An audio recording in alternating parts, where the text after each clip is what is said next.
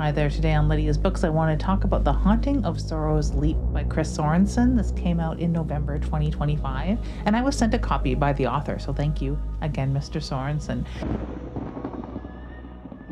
This is kind of an exciting book for me because I really enjoyed the cover so very much. You've heard me go on about the cover. And to be able to read a book whose cover I love so much, not that that's a rarity, but to have the author reach out and send a copy along was just exciting. And that it does touch on some things I did not expect. I didn't know that this was fully like meta horror kind of horror. This is a font that I like quite a bit. Dito is likely the font that this is set in.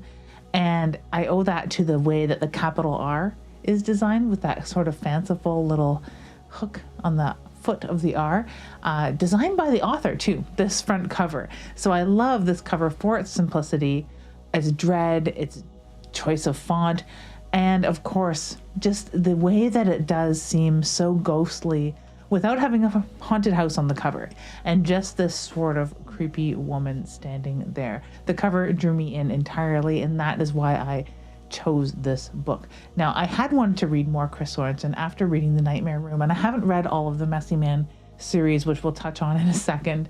The Nightmare Room was a book about a voiceover actor, which the author is. So I really love that he wove his knowledge into the story. And this is no exception.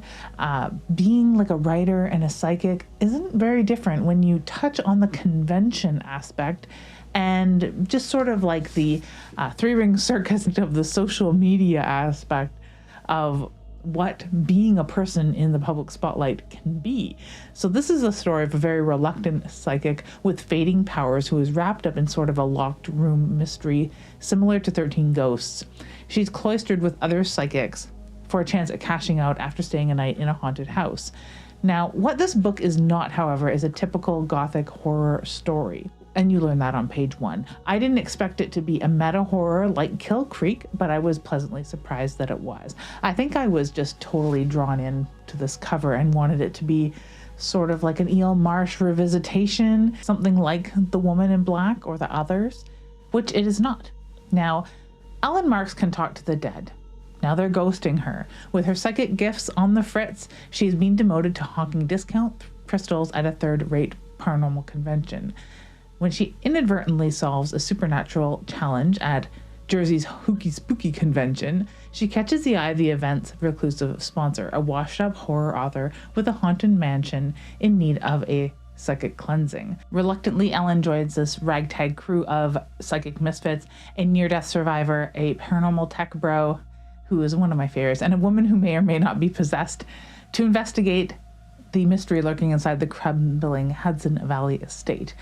Now, I found this a very brisk read, not quite with the pace of a thriller, but almost. Nothing sagged, which is good, and that owes to the pace. And I was a little overwrought, but I kept wanting to return to the convention, which is silly. Like, for whatever reason, I wanted to go back to where we first met all these characters. Maybe that's part of it.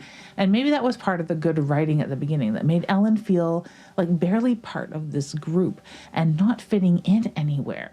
And I, as the reader, was equally uncomfortable alongside her around everyone. And I think the convention scenes were just plain fun too, which is also a draw. I mean, who doesn't like a cool horror convention, whether it be a psychic convention or horror convention, where I don't know if Chris Sorensen is psychic or has spent a lot of time at psychic fairs, but there is like some parallel between a horror convention or a writing convention for horror authors and a psychic fair.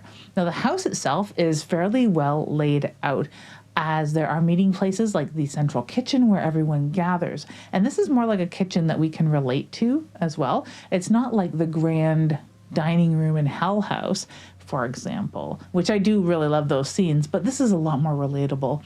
The shining star is Ellen Marks herself. She is snarky, she's full of attitude, she's world weary.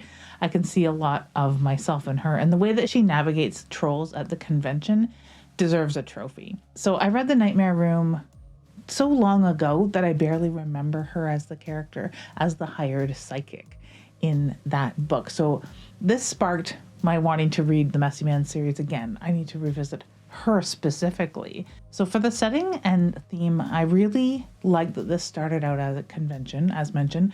Well, I've not spent thousands of hours at a convention table. I've probably spent 100 at least by now. So it does give me a sense of the familiar.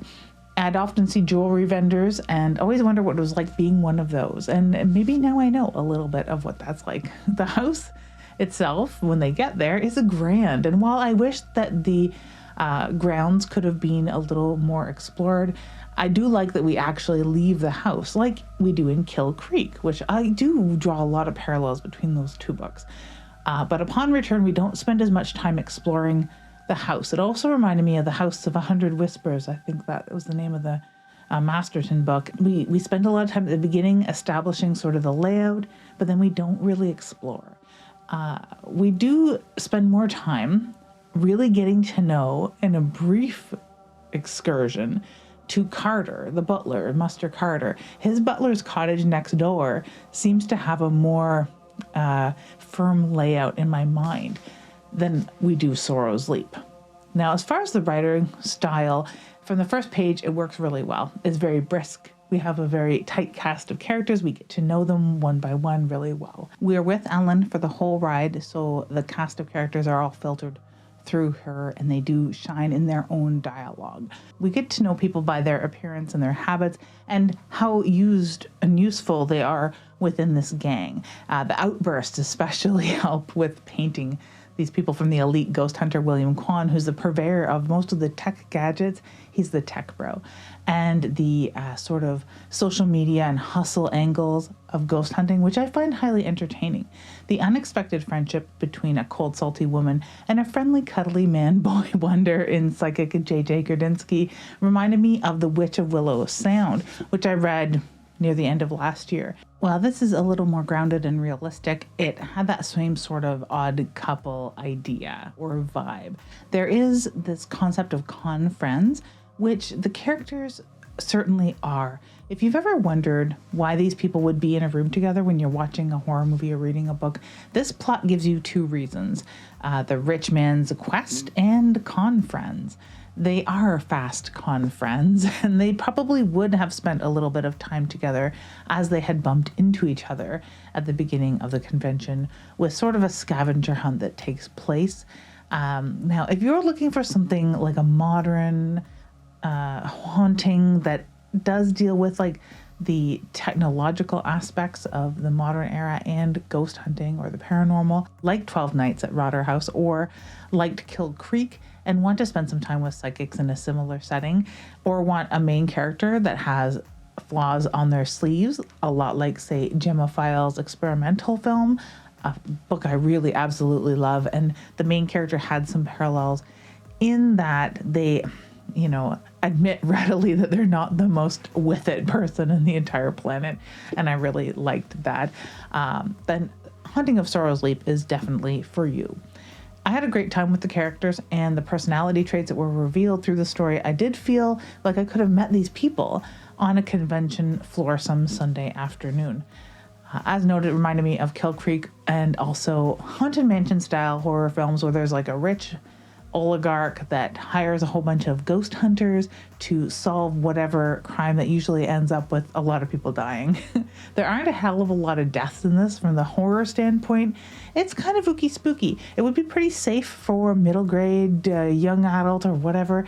It is safe for people who are squicked out by a lot of gore on the page. So it is pretty tame that way, and it is just a simple haunting and psychic investigation story. So I really like that. Fans of Darcy Coates would also get along really well with The Haunting of Sorrow's Leap. Now, while I was drawn in by the illusion that this was a cliffside gothic, I did get a lot out of it being a modern paranormal tale that is a story of hidden talents and strength in numbers.